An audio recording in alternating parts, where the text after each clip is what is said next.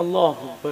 جن کو اللہ کے رسول نے جنت کی بشارتیں دی تھی وہ رات رات پر آؤ بکا کرتے تھے. وہ ام المومنین عائشہ صدیقہ جس کے بستر پہ قرآن نازل ہوتا تھا. کوئی ام المومنین کو یہ شرف نہیں جو ام المومنین سیدہ عائشہ صدیقہ کو حاصل ہے. تنہا یہ وہ ام المومنین ہے جس کے بستر پہ قرآن نازل ہوتا ہے. تہمت لگتی ہے تہمت. اگر تہمت لگتی ہے اللہ چاہتا تو ذرے ذرے سے حضرت عائشہ کی طہارت کو بیان کروا دیتا.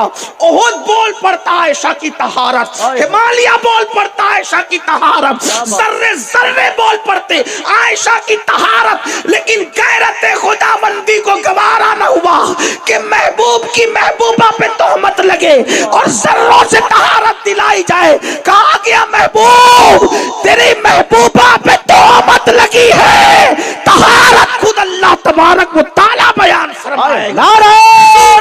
نور اس کی گواہی دے گی. میرے امام کہتے ہیں شمع دل مشکات تن سینہ زجاجہ نور کا, تیری صورت کے لیے آیا ہے سورہ نور کا. نعرہ تکبیر. وہ ام المومنین جس کی طہارت قرآن بیان کرے, وہ ام المومنین جس کی طہارت کی گواہی اللہ دے. حضرت یوسف پر تہمت لگے تو دودھ پیتے بچے سے طہارت بیان کروا دی جاتی ہے. حضرت مریم پہ تہمت لگے تو دودھ پیتے حضرت عیسیٰ سے طہارت بیان کروائی جاتی ہے. اور محبوب رب العالمین پہ تہمت لگے تو رب العالمین خود جو ہے ان کی طہارت بیان فرماتا ہے. ایسی مقدس خاتون جس کی طہارت اللہ بیان کرے, ان کے بارے میں صحابہ کہتے ہیں فجر کی نماز پڑھ کر جو مصلی پر بیٹھتی تھی تو ظہر تک ہم نے ان کو آنسو بہاتے ہوئے محسوس کیا.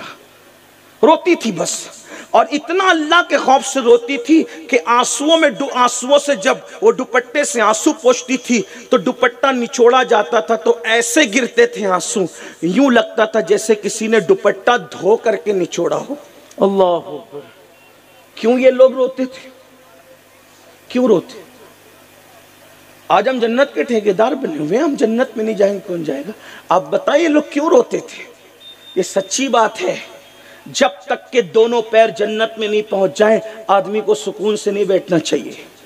کیا بات ہے, حق ہے. سیدنا فاروق اعظم رضی اللہ تعالیٰ عنہ اپنے بستر کے نیچے چابک رکھتے تھے, اور جب گھر میں آتے تھے تو سونے سے پہلے چابک نکال کر پیر پہ مار کے کہتے تھے عمر بتا تو نے اللہ کی فرما برداری کے کتنے کام کی, اللہ, اور ان پیروں سے چل کر کے تو کہاں گیا. فاروق اعظم رضی اللہ تعالیٰ. میرے بھائیوں یہ کوئی کھیل تماشا نہیں ہے آپ کا دین, یہ کہانی قصوں کی من گڑت دنیا نہیں ہے آپ کا دین. ان الدین عند اللہ الاسلام, دین اللہ کے نزدیک صرف اسلام ہے, اور وہ اللہ کی طرف سے نازل کیا گیا ہے. یہ سوچتے ہو رات رات بھر زنا کی فلمیں دیکھو گے پھر بھی جنت پکی ہے؟ اللہ, اس لیے کہ ہمارے ساتھ ایک ٹائٹل ہے. میرے عزیز, جب نبی کا بیٹا جہنم میں جا سکتا ہے اس کے کرتوت کی بنیاد پر, نہیں قرآن میں نہیں لکھا ہے. اگر میں قرآن سے ہٹ کے بات کروں تو مجرم ہوں.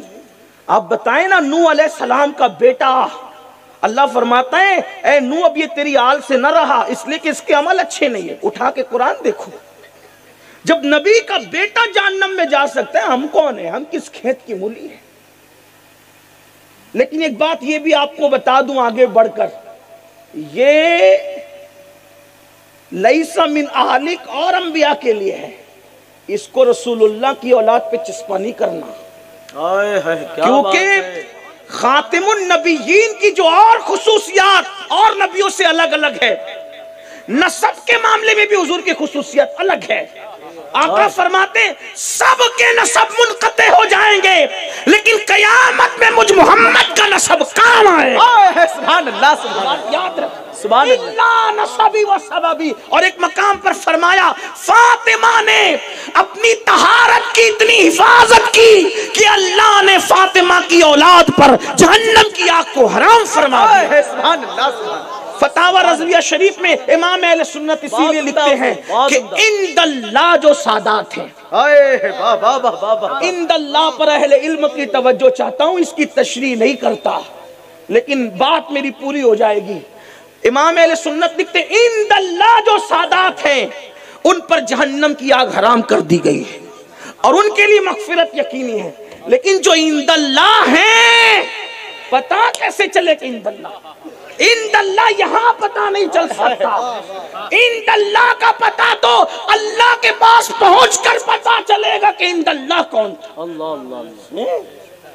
ان پر قطعی جنت ہے، ان کے لیے جہنم کی آگ حرام ہے، جو رسول اللہ صلی اللہ علیہ وسلم کے جسم کا حصہ، اس لیے نسب حضور کا کام آئے گا۔ البتہ نسب پر فخر کی اجازت نہیں دیتے، مگر نسب کو بے فائدہ بھی نہیں کہتے۔ ارے جب اصحاب کہف کی نسبت کام آ سکتی ہے تو محبوب خدا کی نسبتیں کیوں کام نہیں؟ کیا بات ہے، سبحان اللہ۔ ہم ایک طرف کی بات کر کے نہیں جائیں گے، مایوس کرنے بھی نہیں آئے ہیں۔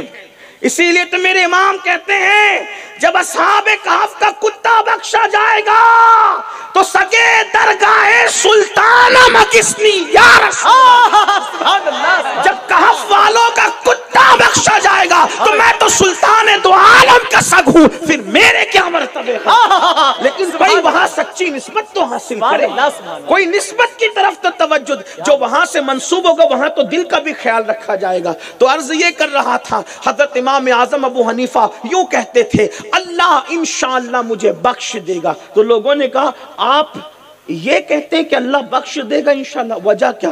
فرماتے ہیں الحمدللہ میں نے پوری زندگی کبھی کسی کی غیبت نہیں کی۔